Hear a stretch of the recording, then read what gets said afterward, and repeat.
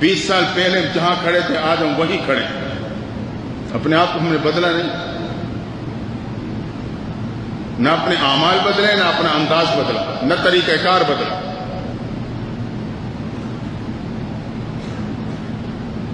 اگر امتی اس مہینے کو نبی کی محبت کا سبب سمجھتی ہے، اسے اپنے آپ کو بدلنا چاہیے. اس مہینے میں اگرچہ میرے محبوب پیغمبر نے دنیا سے پردہ بھی فرمایا ہے، فاطمہ الزہرا رضی اللہ تعالی عنہا کی ہچکیاں سنائی دیتی ہیں اس مہینے میں، لیکن آج ہم اور آپ ہیں دنوں رات شور شرابہ کر کے محبوب سے محبت کا اظہار کرتے ہیں. یہ ہمارا طریقہ ہے. لگتی جگر کی وہ سسکیاں ہمیں سنائی نہیں دیتی. اس لیے ہر کام اعتدال سے کرو. میرے نبی اسی مہینے میں دنیا میں تشریف لائے، بالکل صحیح ہے. اگرچہ بہت سے اختلاف ہے تاریخوں میں، کیونکہ اس وقت صحابہ کی جماعت تو موجود نہیں تھی جب آپ دنیا میں تشریف لائے.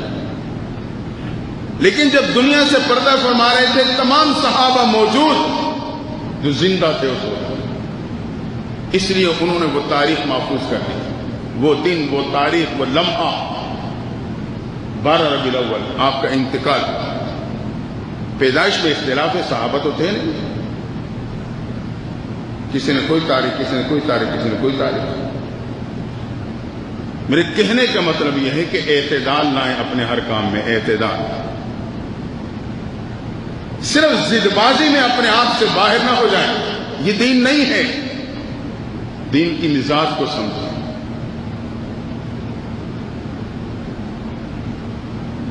ہم خوشی منائیں اس نسبت سے کہ اسی مہینے میرے محبوب تشریف لائے ہیں، لیکن خوشی کا انداز وہ ہو جو میرے نبی کے دل کو بھی خوش کر دے.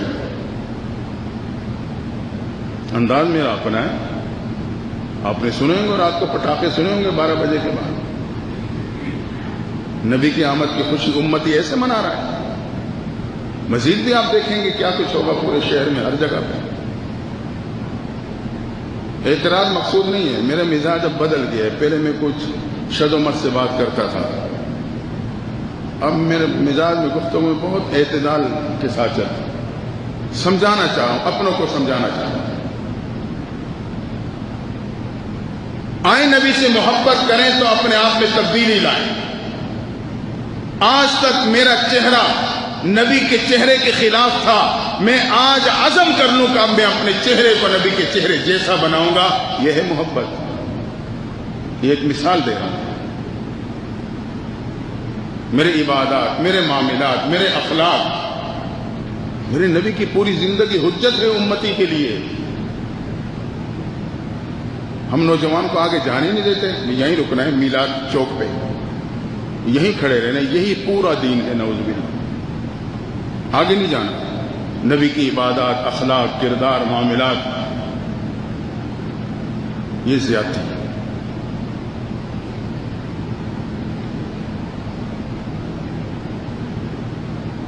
تو اس مہینے میں ہم یہ عزم کریں، عبادات میں کمی تھی اس کو دور کر دوں گا، معاملات غلط تھے اس کو صحیح کر لوں گا. یہ کیا بات ہے؟ میں نے اپنی دکان تو سجا لی، مثال کے طور خوب سجا لی، اور اس کے اندر اندھیرے ہیں، ناپ تول میں کمی کے، ملاوٹ کے، جھوٹ بولنے کے، دھوکے کے. یہ سارے اندھیرے اس کے اندر موجود، اور باہر میں نے اور لڑیاں سجا لی. آپ خود بتائیں، دھوکہ نہیں؟ اپنے آپ کو کیوں دھوکہ دیتا ہوں؟ ٹھیک ہے، اندر کے اندھیرے ختم کر دو، ایمان کی روشنی سے اپنے کاروبار کو چمکا دو، پھر در و دیوار بھی چمکا لو. در و دیوار چمکا لیتے ہیں، اندر سارے اندھیرے بے ایمانی کے. دفتر ہے، آڑت ہے، دکان ہے، گھر ہے، کوئی بھی. تو آج کل تو پڑھا لکھا ماحول ہے، ہر بندہ سمجھتا ہے. اگر ہم نے تعصب کی اینک اتار دی نا، جو معاملات ہیں آج کل بٹے ہوئے ہیں، تعصب کی اینک اگر اتار دی تو میرے بات آپ کو بہت آسانی سے سمجھ آ جائے. نہ نبی کا چہرہ پسند، نہ نبی کے معاملات پسند، نہ نبی کے اخلاق پسند، نہ نبی والے لباس پسند، نہ وہ بول پسند، کچھ بھی پسند نہیں ہے، دعووں میں سب سے آگے ہوں گے۔ تو اب تو پڑھا لکھا ماحول ہے، ہم سنجیدگی سے سوچیں۔ قربان جاؤں ان لوگوں پر جنہوں نے ہمیں اور آپ کو کیا خوبصورت تعلیم دی۔ آج ہم نعرے لگاتے ہیں، دو نعرے بڑے عام ہیں، حرمت رسول پر کیا کہتے ہیں؟ جان بھی قربان ہے۔ ایک اور نعرہ بھی ہے اسی طرح کا، غلامی رسول میں موت بھی۔ اب اگر یہ میں نعرہ لگواؤں نا گونج ہوگی، لیکن ہم پہلے سوچیں، جب مجھے غلامی رسول میں اپنے نبی کا چہرہ ہی نہیں پسند، میں تنقید نہیں کر رہا، تعمیری بنیاد پہ بات کر رہا ہوں، جب آج کے ایک امتی کو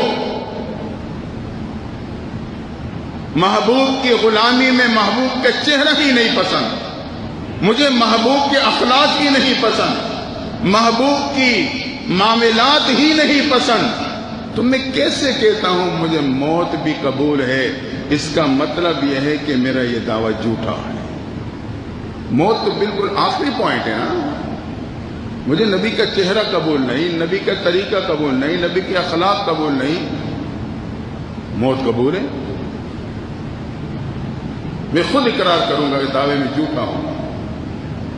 دوستو آئیں، ایک بار پھر اللہ نے موقع دیا، ہمارے اور آپ کی زندگی میں یہ مہینہ آیا، لیکن اب اس کو زبانی جمع خرچ میں نہ خرچ کریں، مسجدوں کو آباد کریں،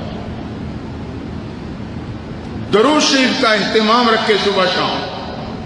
نبی سے اگر محبت کرنی ہے تو اس میں کوئی عملی رنگ بھرے نا۔